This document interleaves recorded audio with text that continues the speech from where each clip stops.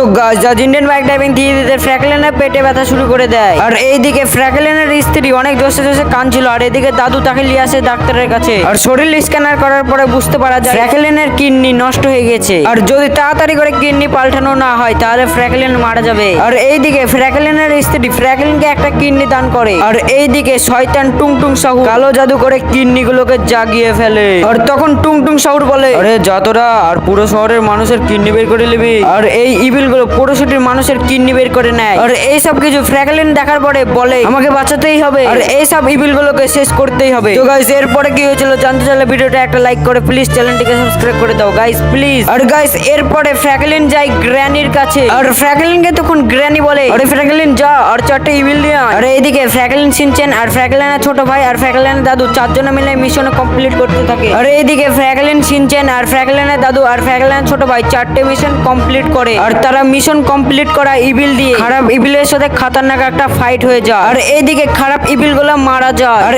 এইদিকে বদমাস টুংটুং সাউরকে গ্র্যানি বন্দি করে নেয়। তো গাইস তোমরা মনে হয় এতক্ষণ ভিডিওটা লাইক করে দিয়েছো, লাইক করার জন্য